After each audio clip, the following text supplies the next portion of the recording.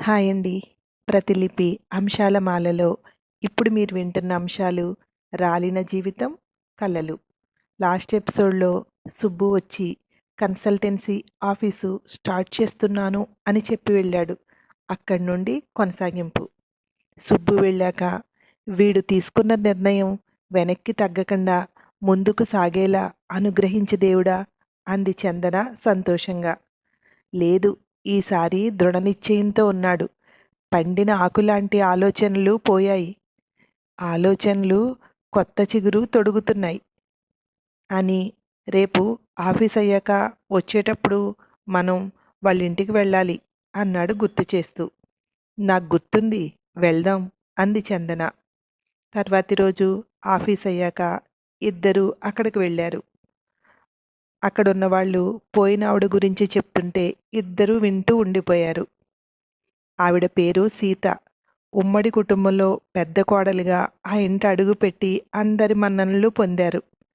లేని ఇంటి పిల్లల్ని కోడళ్ళుగా తెచ్చుకున్నారు. ఒకే ఒక కూతురు సుధా వాళ్ళమ్మ.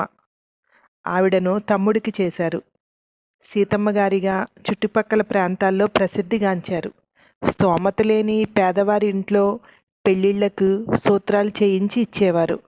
ఆవిడ చేతులతో ఇస్తే ఆ జంట 10 కాలాలు పచ్చగా ఉంటారని అందరూ భావించేవారట. ఎవరింట్లో ఆపద ఉన్నా ఆవిడ అక్కడుండేవారు. గొప్ప వ్యక్తిత్వం ఉన్న మనిషి. కాలక్రమేణా ఉన్న ఆస్తులన్నీ అమ్ముకుని ఇక్కడ స్థిరపడ్డారు వాళ్ళ కొడుకులు. తప్పనిసరయి చరమాంకంలో ఇక్కడికి చేరారు అని ముగించాడు చెప్తున్న అతను. ఎంతో మందికి సాయపడి వాళ్ళ జీవితాల్లోకి వెలుగుల్నిచ్చి రాలిపోయిన ఆవిడ జీవితానికి ఊర్లో కాకుండా ఇక్కడ చేసినందుకు కొంత అసంతృప్తి అనిపించింది. కానీ రాలిపోయిన జీవితానికి ఎక్కడైతే ఏంటి అనుకుని నిట్టూర్చాడు రఘు. కాసేపు వాళ్ళ దగ్గర కూర్చుని ఇద్దరూ బయలుదేరారు. అలా వస్తున్న దారిలో, అలా 10 మందికి ఉపయోగపడే జన్మ నిజంగా అదృష్టం అంది చందన. సీతమ్మగారుంటే ఇలా చేసేవారు అనుకునే మనుషుల మనసుల్లో ఆవిడ ఎప్పటికీ బ్రతికే ఉంటారు అన్నాడు రఘు. వీళ్ళిద్దరూ ఇంట్లోకొస్తుంటే దీపు దీక్షగా ల్యాప్టాప్ని పరిశీలిస్తున్నాడు.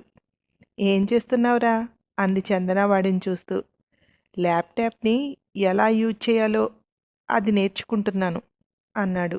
అబ్బా, ఏం తెలిసిందేంటి అప్పుడే నీకు దీని గురించి అంది చందన. ఇది ఛార్జర్ పెట్టే పిన్ను, ఇది పెన్ డ్రైవ్, ఇది ఎక్స్ట్రా కీబోర్డు లేదా మౌస్ పెట్టుకునేది, ఇది డివిడి ప్లేయర్. బ్యాక్ హోల్స్ ఉంటాయి కదా, వీటి వల్ల లోపల జనరేట్ అయిన హీటు బయటకు వస్తుంది. అందుకే అవి క్లియర్గా ఉండాలి.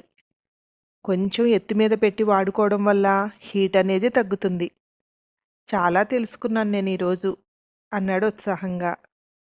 స్నానం చేసి వచ్చి కూర్చున్నాడు రఘు. దీపు, దేనిలోనైనా మన నాలెడ్జ్ కోసం ఉపయోగించుకోవడంలో తప్పులేదు, కానీ ఎవరో చెప్పారని లేనిపోని సైట్లను వెతికి చెడు మార్గం వైపు వెళ్ళకూడదు.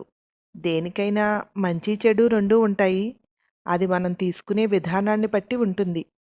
నీ భవిష్యత్తు గురించి నువ్వు కన్న కలలు నిజం కావాలి అంటే నువ్వు చేసేవన్నీ వాటికి ఉపయోగపడేవై ఉండాలి. మన మార్గాన్ని మళ్లించే ఆకర్షణలు చాలా ఉంటాయి. దేనికి లొంగకూడదు. అప్పుడే నీ భవిష్యత్తు బంగారు బాటగా అవుతుంది. నువ్వు కన్న కలలు నిజమవుతాయి. అమ్మ, నేను, నానమ్మ, మేమందరం కూడా నీపై చాలా ఆశలు పెట్టుకున్నాం. కలలు నిజం చేసుకున్న రోజు మా అందరికీ అది ఎంతో సంతోషం అన్నాడు రఘు. చిరునవ్వుతో చూస్తోంది చందన. రోజు ఇచ్చే టాపిక్స్ బాల్యం కావాలి నుండి కలలు వరకు రోజు కలుపుతూ ఒక సిరీస్లా రాశాను. అది మీకు ఇప్పటి వరకు వినిపించాను. ఇక్కడితో ముగిస్తున్నాను. మరొక ఎపిసోడ్లో మరో కొత్త కథతో మీ ముందుంటాను. Thank you.